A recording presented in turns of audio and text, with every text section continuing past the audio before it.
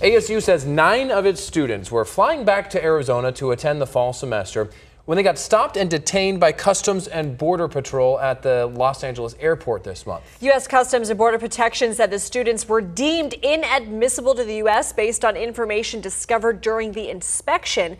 Tonight, ASU told Brittany Thomason all 9 students are back in China. Brittany. Spencer and Lindsay, the university shared these letters with us. They're addressed to the U.S. Secretary of State and the Department of Homeland Security. In them, ASU is asking many of the same questions we have about why the 9 students were detained.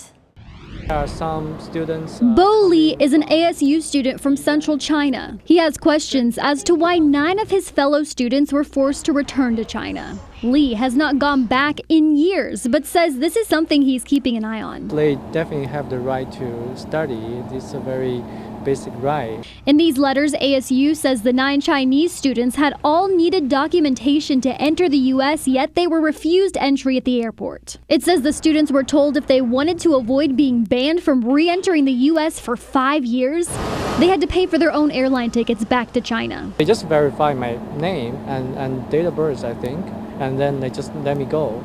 So it's quite easy. So I don't know what's the situation of the 9 students. Definitely they are around us. They are at ASU. So definitely I'm concerned. ASU says the students were not detained on allegations of academic dishonesty. I'm a little bit concerned because if I were them, I go out of the United States and re-entered. So if there's anything wrong that I do and I was denied to enter the U.S., I think it's reasonable for the government to give specific reasons, right, and evidence.